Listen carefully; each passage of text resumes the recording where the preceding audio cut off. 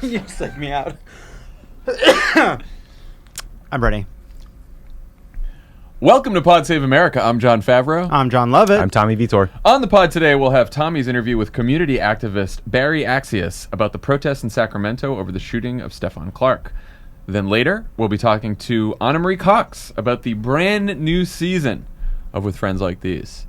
We'll be in Florida later this week. There are still some tickets available. One or two. Just one or two. For Clearwater, for Miami, and for Orlando.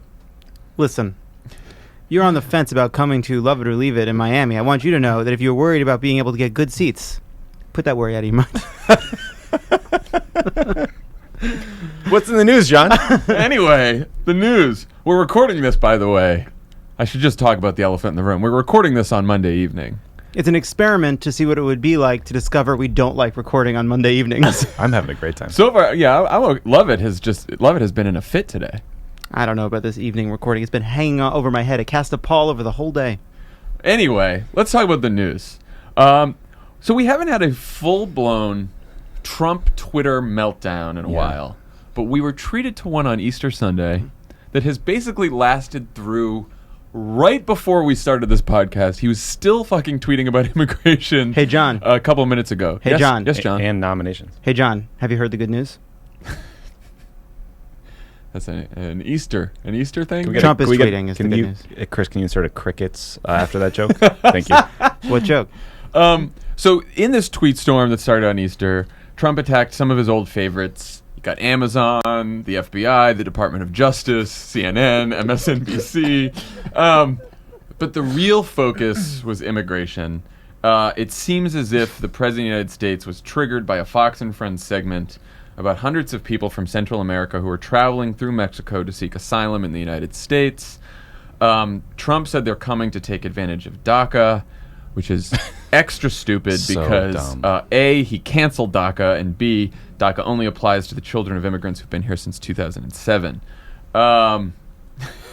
He was confronted with this conundrum today during the Easter egg roll when CNN's Jim Acosta yelled to him, "But Mr. President, didn't you kill DACA?" And then Trump just stared at him and didn't say anything. So why is Trump suddenly so upset about immigration? I mean, there's lots of Fox and Friends segments. Usually they lead him to tweet something and then he moves on. But this has really stuck with him now for 48 hours. Yeah, I mean, well, we should. The piece in question was about a caravan of folks from Central America, most of them from Honduras, with a group called People Without Borders, going north through Central America. It's an annual journey. This happens every year. It's raising awareness about people who are seeking asylum from government oppression or horrible crime, mostly from organized crime. And so Fox and Friends, rather than calling these people asylum seekers, call them a small army of migrants marching towards the United States. So that starts with just horrific racist framing. They accuse the Mexican government of being complicit in this. What this stems from, though, is seemingly a concerted effort from the high priestess on down of the MAGA movement, Ann Coulter, Sean Hannity, Gene Pirro, Lou Dobbs, to attack him on immigration because he has not yet built a wall, because he's an idiot and doesn't know how to legislate and get anything out of Congress, and they rolled him in the omnibus bill. I mean, let's unpack that. Let's start with the high priestess of the MAGA movement, because she is not too happy. Ann Coulter sat down with Frank Bruni of the New York Times for an interview where she basically said that Trump not building the wall would be more of a betrayal than implementing the principles of the Communist Manifesto. She said that there's a new category of voters now called former Trumpers, and this should be terrifying to the president. She's now counting herself almost as a former Trumper unless he surprises her and builds the wall. The conundrum, of course, is that he probably will not be able to build the wall. Lovett, what do you think? It's interesting. So, first of all, it's always surprising to see when Ann Coulter turns her sort of evil mechanical mind towards attacking someone we disagree with. It's interesting to see because, she is good at this, right? She is good at this. Like, even just saying there's a new category of people, former Trump, it's a persuasive, interesting way of framing things. Trump, to me, I think there's two things going on. I think one, all this news about people being angry about him, about immigration, has clearly gone to him. It got to him before. It's why he threatened to veto the omnibus, was in part because people were angry. His, the Huckabees of the world were angry at him about the wall funding. So he was definitely looking for something to latch onto. He also is very good about attaching himself to kind of bite-sized versions of giant controversies, in part because he knows it's effective, and partly also that's the biggest amount of information he can process. So this is one of those great, perfectly built Trump things, right? It's easily understandable. Here are these people, they're coming towards him. I'm trying to stop him. Scary image. And so it's a place for him to reassert himself with these hardliners and remind them that he's on their side. And so he sees no downside to it, so he's enjoying it. And by the way, it's not like this is not an example where it's like he just passed a corporate tax bill and now he's screwing up his message, or he just gave a State of the Union where he didn't shit himself, so now he's stepping out his message. It's been basically 2 weeks of Mueller and Stormy Daniels, so whatever, let it rip, Yeah, rage away. What's interesting though? It's this would have been the perfect story for Trump, the 2011 leader of the birther movement, as he is outside of government, outside of politics, and just someone tweeting and yelling about everything. Yeah. You can see the frustration where now he's president of the United States, and all he can do is he can talk about the story, and then he's like, Congress, act, build wall, DACA canceled. Like, he doesn't have any levers to pull because he is not very good at this job. Nope. I mean, he had a chance to build the wall. At one point, Chuck Schumer put the fucking wall on the table if all Trump was willing to do was to offer the Dreamers a path to citizenship. And he didn't take it because Stephen Miller told him, no, that deal's not good enough. We need cuts to legal immigration in addition to getting the wall. You can't just have the wall. And because he scuttled that deal, because Trump said no, now he's come to realize he's never getting the wall because he doesn't have the votes in Congress to get the wall. And he thinks that the military is going to do it on their own. And so you got Defense Secretary Jim Mattis drawing up all kinds of options for him, basically just to placate him because the military the Pentagon can't do this on their own, right? Yeah, it's even if you take I don't even accept that excuse that, he didn't want to do the deal because Stephen Miller talked him out of it. The thing that you hear from all these stories about what it's like to be in this White House is ultimately Trump is extremely indecisive. Yeah. And deciding to make a deal, like, I want to come back to it. When he was talking about the omnibus, he made a snarky remark about Obama. He said Obama even signed a bigger one, and then he added a sentence which was, and I bet he wasn't too happy about it. And it's the only time I've ever seen Donald Trump acknowledge the fact that Barack Obama has an interior life, but even putting that aside, it's a reminder of the fact that he's facing these presidential decisions and deciding to say, to screw Stephen Miller, go against Paul Ryan, go to Chuck Schumer and say, I'll give you DACA, you give me $25 billion. It's the decision only a president can make. There's no one who's going to tell him yes or no. It's a final moment where it comes to him, and I don't think he's up for it. I don't think in that moment he can make that kind of a deal. Just real quick on the high priestess.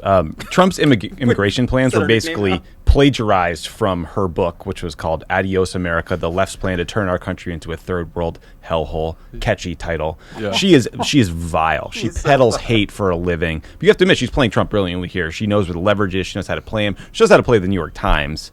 The article was a little chummy for my taste. And like when she comes out and says, well, we love Trump because he doesn't care about the opinions of Manhattan sophisticates, as a New Canaan High School and Cornell University grad currently living in New York, I nearly threw up onto the keyboard of my laptop. But to your point, these people are coming at him hard, and he is now in charge, and he has no more leverage anywhere legislatively. And Paul Ryan ignored him. Everyone ignored him on this. But she's not.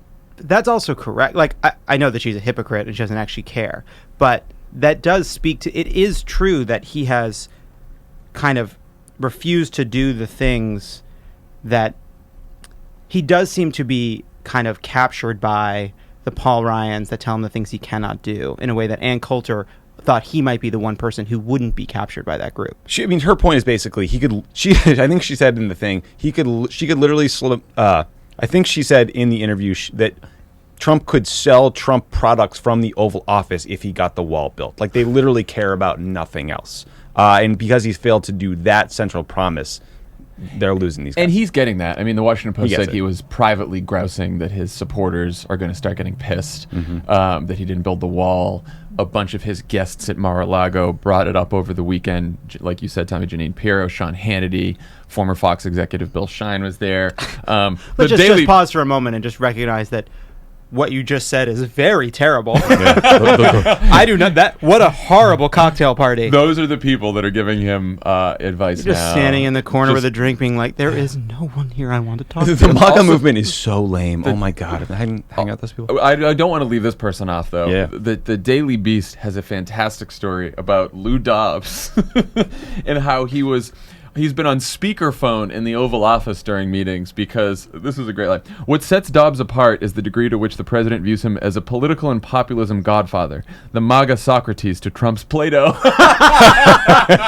Let's just be clear for a second. No one in history has ever looked up to Lou Dobbs. I mean, he was like an also ran CNN idiot. He was a birther. Didn't he leave? He was too left during the racist for CNN. He left the doc during the .com bubble. He ran space.com. That was like one of the things he did, and then now he's relegated to Fox Business, which is like the AAA ball of Fox. Right, where he floats trial balloons like the U.S. Marshals should arrest Obama if he criticizes Trump because that's not appropriate. Like he's just some crazy old lunatic who gets patched into Oval Office phone calls. Yeah. It does seem pretty clear, though, that we are going to, because this is what gets the base up in the morning, at least the MAGA base and Ann Coulter and those people, that all of these candidates Republican candidates are going to run on immigration and be talking about immigration and trying to find, not talk about the policy, but trying to find these stories, these vivid stories of caravans or MS-13 or gangs, and they want to run on this from now until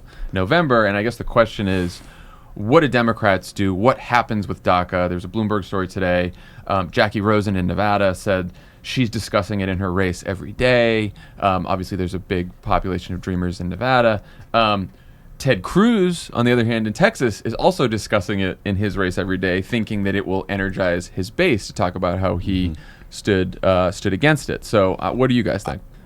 Proposing that we use military funds, take away military funds to build the wall, that ad writes itself. Like, you imagine images of guns in body armor and tanks being literally ripped out of the hands of U.S. service members. The fact that they think that immigration is a more salient issue for their racist base is instructive. I would like to see Democrats use that to fight on. The other thing, their favorite anecdote is the AP reported that some people close to Trump suggested creating a GoFundMe for the wall, which is just fucking so perfectly stupid. I wish Dan were here today to talk more about it. Go for it, guys. But I think this is an issue where DACA is a great thing for Democrats to talk about because it is such a wildly popular issue. But I do think there is some risk more broadly for Democrats on immigration.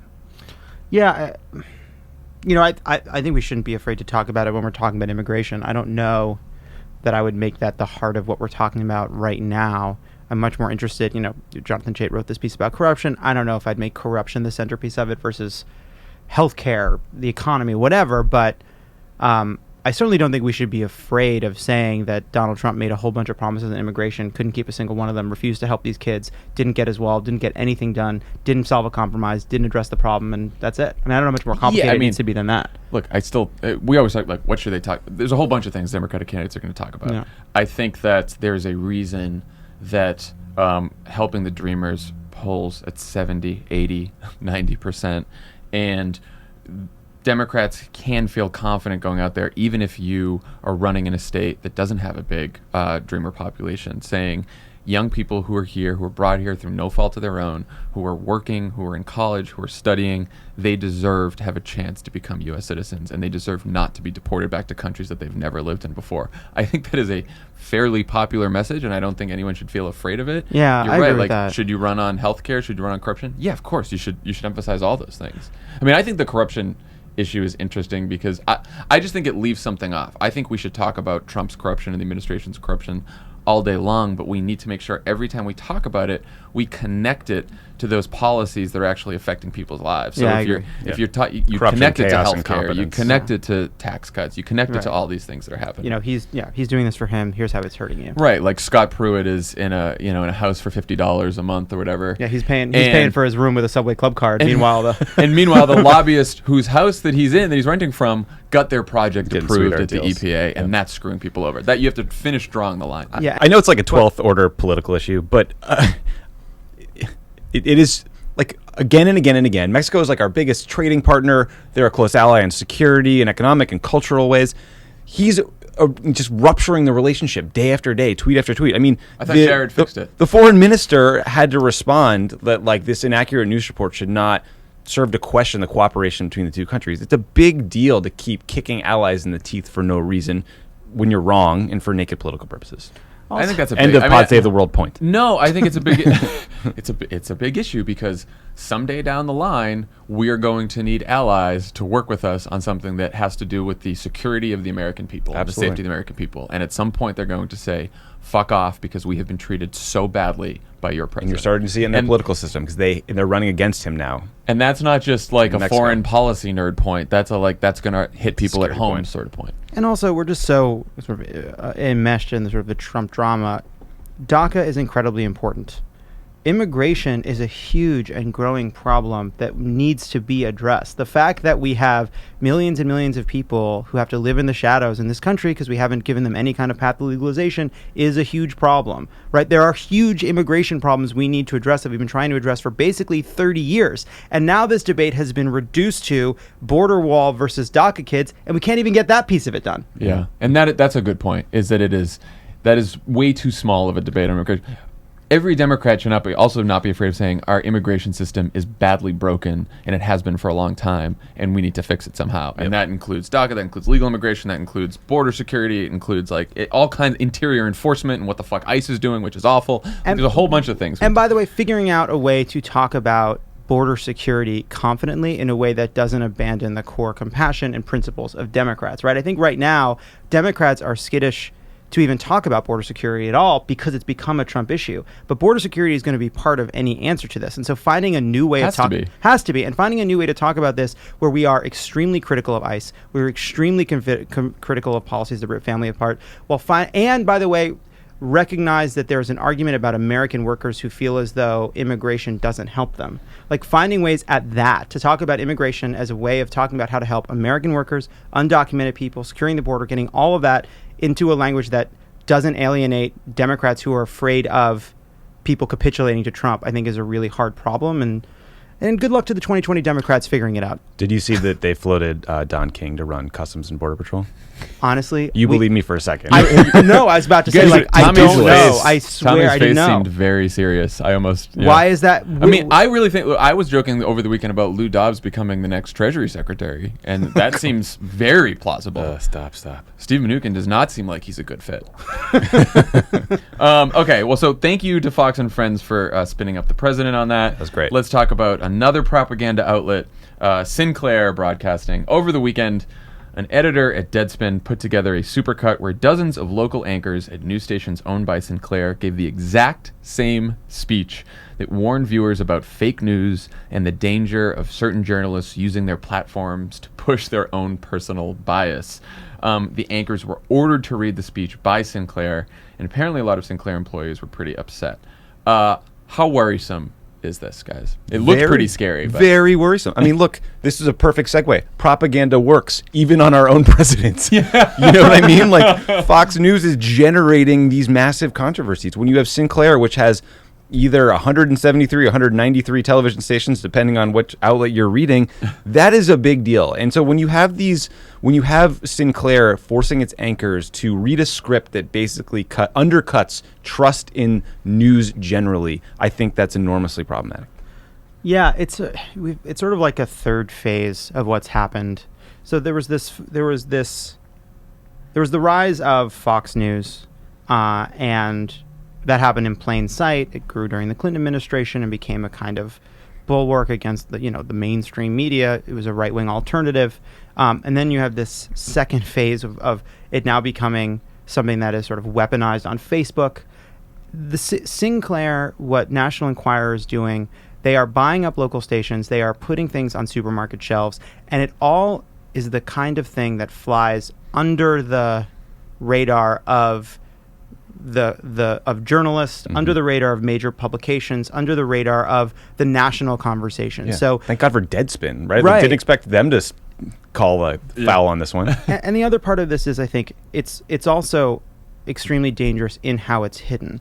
Like, you turn on Fox News viewers know it's conservative, liberals know, we all know what it is. You go to you listen to Pod Save America, you know what you're getting. You know exactly what you're getting.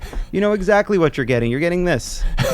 But these things, they're stuck between weather and sports. It's very insidious, and it's feels real. And the other thing is too, local news has a conservative bias in that it's the medium of conservative news. It leans towards covering local crime. It leans towards a kind of a conservative narrative. You never turn on local news and it's like systemic poverty in our city. No, it's much more like, this is the crime that happened. Here's who did the crime. Here's who fought the crime. Here's what happened with the fire. It's very much based on individual acts and individual crimes. Fear. And you should be scared of this new disease that we can't figure out. You should be scared of this. You should be scared of that, which plays right into the Trump worldview. And in this little PSA that they forced everyone to read is wedged up against a must-run segment by former Trump aide Boris Epstein, who is too stupid to work in Trump's White House surrogate operation, so he got booted out and then got hired by Sinclair to essentially produce propaganda. So they're taking over the whole broadcast. And the Boris Epstein ones are really, you should check one out. Go Google one. Don't watch more than the whole. You don't have to watch the whole thing. It's fascinating too because he is marble-mouthed and So non-charismatic. He could not be on television but for the favoritism and corporatism and the need to get a Trump acolyte into this role, which is very Banana Republic. It's very, very developing. Yeah. Like, it's very much like a crony getting a guy in who shouldn't be on television because they just needed that guy in that spot. The other thing that's scary is that they did a study of Sinclair stations versus other stations, and Sinclair stations are starting to cover national politics more and less local news. Mm-hmm. And that's how you sort of know. And the national politics they're covering, of course, the stories they're choosing are stories that have a conservative bent to them. So they have a history of this. Again, it is, in some ways, it is more insidious than what Fox is doing, because by now everyone knows Sean Hannity and Laura Ingraham and all these people. They know what they're all about. And when you just see these anchors that you've known and trusted for a long time, and you don't pay a ton of attention to politics, and you just hear them talking about stuff, you're more likely to trust them and believe what they're saying. Thanks, Rick. What a great weather report. Now for an update, put on the hat. Put that fucking hat on your goddamn head, or we will come to your fucking house. Put on that mat. Get it on. We're all wearing it. Just one other point about this. That's the anchor. That's the final stage. That's phase 4. And but one other piece of this is it's part of a larger story of consolidation. You know, Sinclair has been able to scoop up stations in part because of Ajit Pai and what's been going on at the FCC.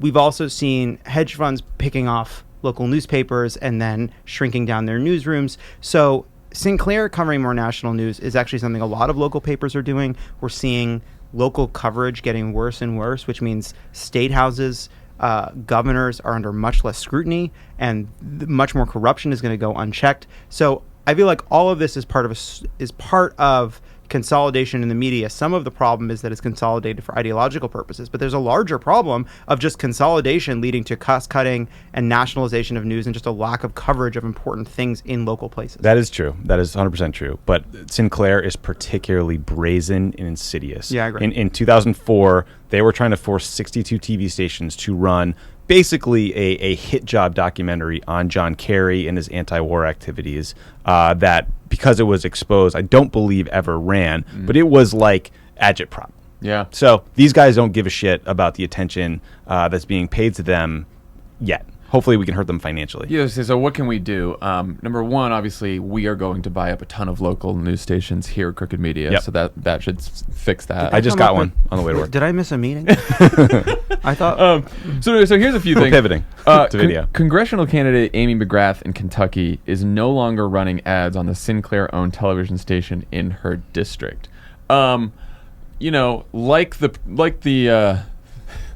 the principle there, but I'm not sure that's that effective. This makes me nervous in the same way. I just think she's not getting her message out as well. This makes me nervous in the same way. It makes me nervous when a bunch of liberals talk about deleting Facebook. Yeah. It's like if a bunch of liberals delete Facebook, there's still 1 billion people on Facebook, and then they're not getting anything from us. So I worry about this a little bit, but I don't know. These boycotts have been effective. Look, there's 3 local news stations in her district in Kentucky, or 4. She's just getting like a third or a quarter of less ads. So that's tough. But yeah, I guess that I would say I'm less interested in Democrats deciding to not reach Sinclair viewers than I am about maybe a larger campaign to make sure companies don't advertise on Sinclair. That to me makes more sense. I mean, and also some pressure on the local stations themselves. I read right before we started that the Madison, Wisconsin station, Sinclair station, tweeted that we did not run the piece. We would not read the script. Good for them. And I wonder how many. Now, it's not a position that I think a lot of individual journalists and anchors at these stations can take on their own because they have contracts and they could be fired. But together as an entire station, banding together, you might be able to do that. Yeah, and so I do think unions would be helpful here. I was right, exactly. Yes. And I do think viewers, like you said, viewers can put pressure on advertisers. They can call their local station. So there are avenues there. Yeah. Speaking of boycotts, advertisers are fleeing from esteemed journalist Laura Ingram's show as she takes a week-long break from the network. Advertisers have been pulling out ever since she mocked David Hogg, a 17-year-old school shooting survivor, for not getting into his top college. Very classy. What do you guys think about this boycott? Brian Stelter at CNN this weekend said, I'm personally pretty wary of this. I think it's dangerous. My view is, let's not shut down anyone's right to speak. Let's meet their comments with more speech. Come on, Brian. The First Amendment does not protect your ability to host a TV show. It says the government can't abridge your right to free speech. I think consumers should absolutely vote with their wallet. Yeah. So should companies. Companies should have a conscience. My view on this is, if we lost a bunch of advertisers on Pod Save America, I wouldn't think, who are these angry mobs that are shutting down our right to free speech? I'd say, damn, what did we say that was so bad that we lost these advertisers? Maybe we should figure out how to apologize not and be an get awful them person. back. Right. Like, that would be my first thought. I don't know if I agree. I think we just take the hit.